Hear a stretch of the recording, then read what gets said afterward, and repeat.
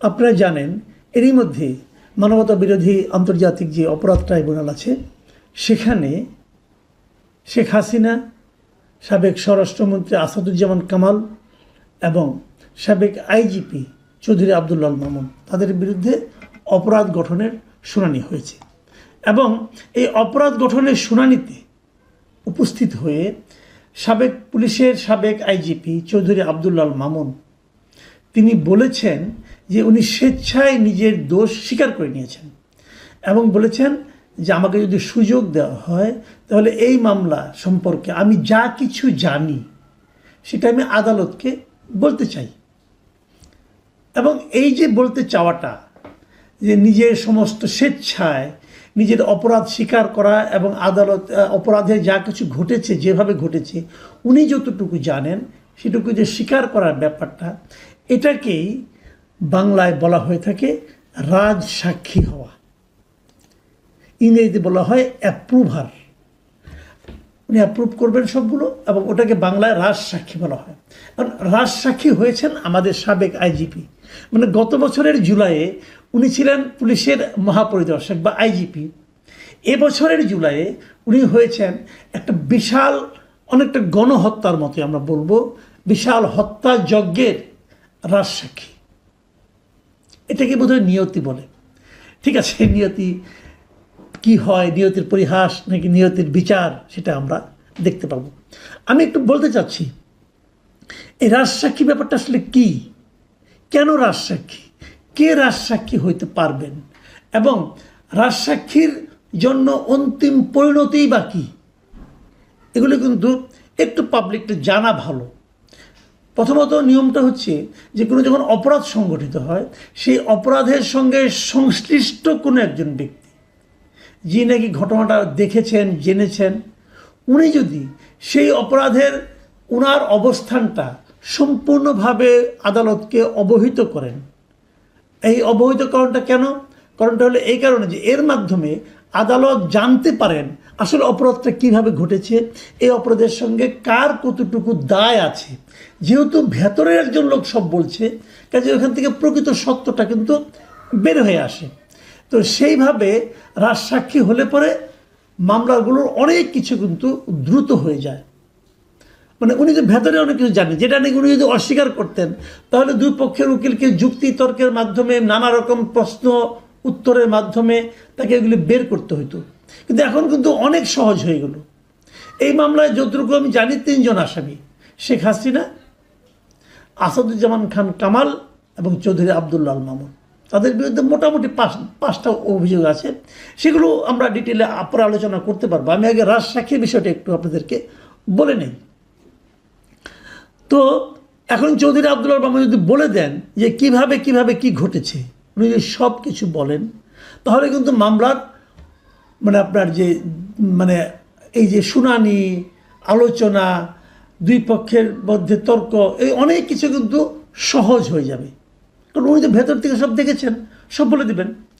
তো এই সহজ হওয়াতে এই মামলাটার বিচার কাজ একটু হলেও কিন্তু আমি মনে করি ত্বরান্বিত হবে। যে দাবিটা আগে থেকে বলা হচ্ছিল যে বিচার কাজ দ্রুত শেষ করার জন্য, সেই দ্রুত শেষ করার জন্য আমার বিবেচনায় একজন রাজসাক্ষীকে পাওয়ার চেয়ে আর কোনো পদ্ধতি থাকতে পারে না। এটা হলো সবচেয়ে সহজ পদ্ধতি, যে একজন লোক নিজেই স্বীকার করছে আমি কী অপরাধ করেছি। এখন প্রশ্ন হচ্ছে চৌধুরী আবদুল্লাহ আল মামুন রাজসাক্ষী হতে চাইলেন কেন?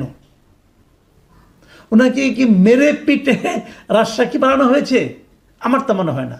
যদি মেরে পিটেই বানানো যেত তাহলে অতীতে আমরা অনেক মামলাতে এরকম রাজসাক্ষী পেতাম।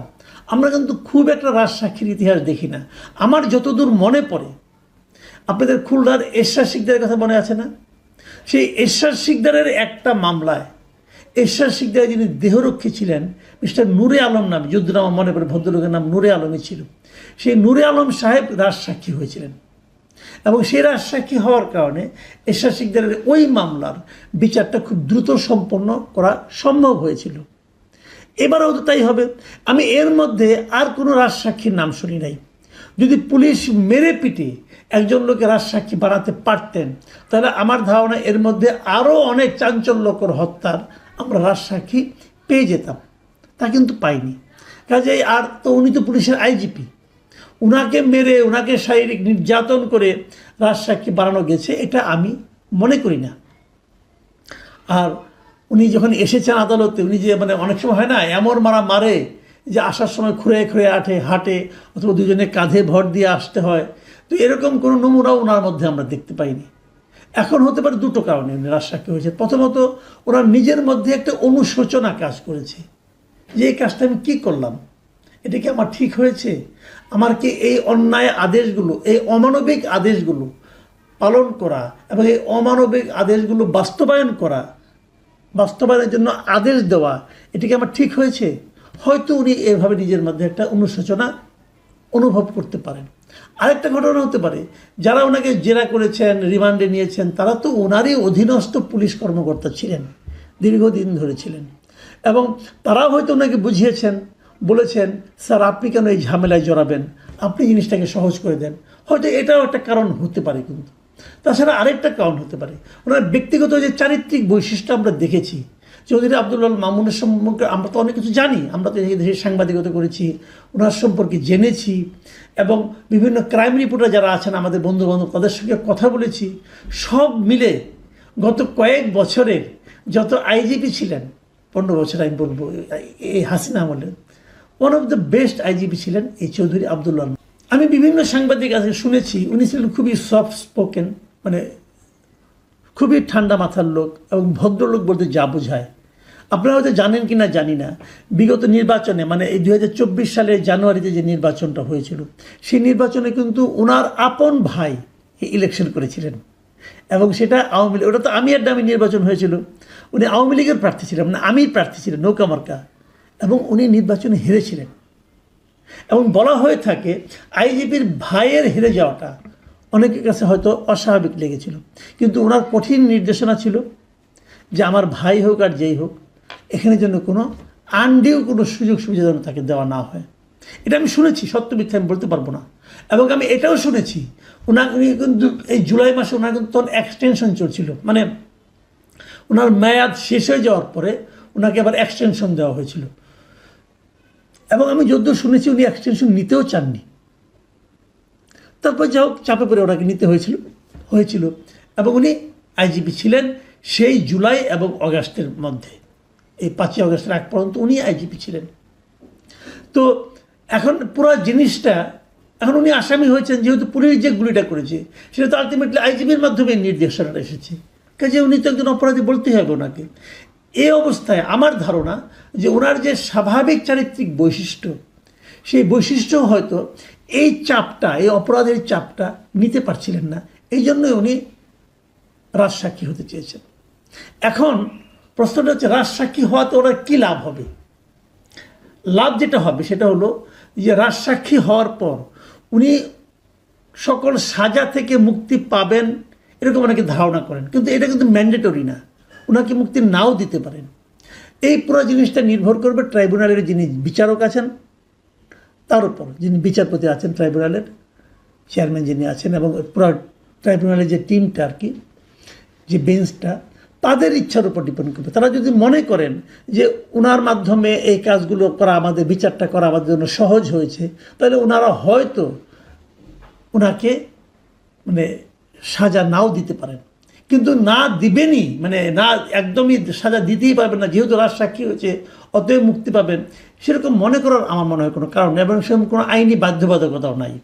ট্রাইব্যুনাল ইচ্ছা করলে তারপরে ওনাকে সাজা দিতে পারেন, তবে না দেওয়ার কনভেনশনটাই বেশি। নূর আলমের ক্ষেত্রে কিন্তু সেটাই হয়েছিল। এখন আমি আরেকটা প্রশ্ন করি, এই মামলায় কিন্তু উনি রাজসাক্ষী হয়েছেন, ওনার নামে তো আরও মামলা আছে, সেগুলির ক্ষেত্রে কী হবে? এই মামলায় উনি না হয় ওনাকে না ট্রাইব্যুনাল মুক্তি দিয়ে দিল, অন্য মামলাগুলিতে যদি মুক্তি না পান তাহলে তো ওনার জন্য কপালে একই জিনিস রয়ে গেল। এটাও কিন্তু একটা ইস্যু। তো আমার যেটা মনে হয় যে উনি যখন এটাই রাজসাক্ষী হয়েছেন, ওনার নামে যতগুলি মামলা আছে সবগুলিতে হয়তো উনি একের পর এক রাজসাক্ষী হতে থাকবেন। পুলিশের গুলিতে প্রচুর লোক মারা গেছে, সেই ঘটনায় যদি পুলিশের সর্বোচ্চ ব্যক্তি নিজের অপরাধ স্বীকার করে সাক্ষ্য দিতে রাজি হন, আমি মনে করি এই মামলাগুলোর তড়িৎ বিচারও সহজ হয়ে যাবে। এটা একটা পজিটিভ দিক। এখন আরেকটা বিষয় একটু মনে হয় বলা দরকার, সেটাই বলেই আমি আমার এই আলোচনাটা আজকে শেষ করব। সেটা হলো, এই ঘটনার কারণে আন্তর্জাতিক পর্যায়ে এই বিচারের গ্রহণযোগ্যতা নিয়ে কি প্রশ্ন উঠতে পারে? উঠতে পারে, আবার নাও উঠতে পারে। নাও উঠতে পারে মানে কি, উনি যে অ্যাপ্রুভার হয়েছেন এটা কিন্তু আন্তর্জাতিক আইনে একটা স্বীকৃত ব্যাপার। কাজেই এ কারণে হয়তো প্রশ্নটা নাও উঠতে পারে। আবার কেউ কেউ বলতে পারে ওনাকে লোভ দেখিয়ে অথবা অন্য কোনোভাবে ওনাকে যে এগুলি স্বীকৃতি নেওয়া হয়েছে, রাজসাক্ষী বানানো হয়েছে, অ্যাপ্রুভার বানানো হয়েছে, এগুলো যদি কেউ বলে তাহলে সেক্ষেত্রে প্রশ্নটা কিন্তু উঠতে পারে। তবে আমি আশা করি উনি তো ছেলে মানুষ না, উনি একজন মানে গুরুত্বপূর্ণ ব্যক্তি। উনি যখন অ্যাপ্রুভার হতে চেয়েছেন উনি তো জানেন এটা হলে লাভ ক্ষতি কী হতে পারে, উনি এটা ভালোভাবে জানেন। আর এই সময় আরেকটা জিনিস আপনাদের জানা দরকার, উনি যতদিন এই মামলাগুলি শেষ না হবে, রাজসাক্ষী হওয়ার কারণে উনি কিন্তু জেল থেকে বেরোতে পারবেন না, ওনাকে জেলেই থাকতে হবে। কারণটা হলো এই, জেল থেকে বেরোলে ওনার উপর বাড়তি অন্য দিক থেকে কোনো প্রভাব আসতে পারে, চাপ প্রয়োগ হতে পারে। যেহেতু উনি স্বেচ্ছায় অপরাধের সঙ্গে জড়িত থাকার পরও সব বলতে চাচ্ছেন, এই সময়টা ওনাকে কিন্তু জেলেই কাটাতে হবে। এই বয়সে এই মামলাগুলি শেষ হওয়া পর্যন্ত জেলে থাকাটা, এটাও মনে হয় ওনার জন্য খুব একটা আরামদায়ক হবে না। যাই হোক, আমি সবগুলি বললাম, এবং তাদের বিরুদ্ধে কী অভিযোগ আছে যদি সময় পাই আগামীতে আবার এই আলোচনাগুলো আমরা করব।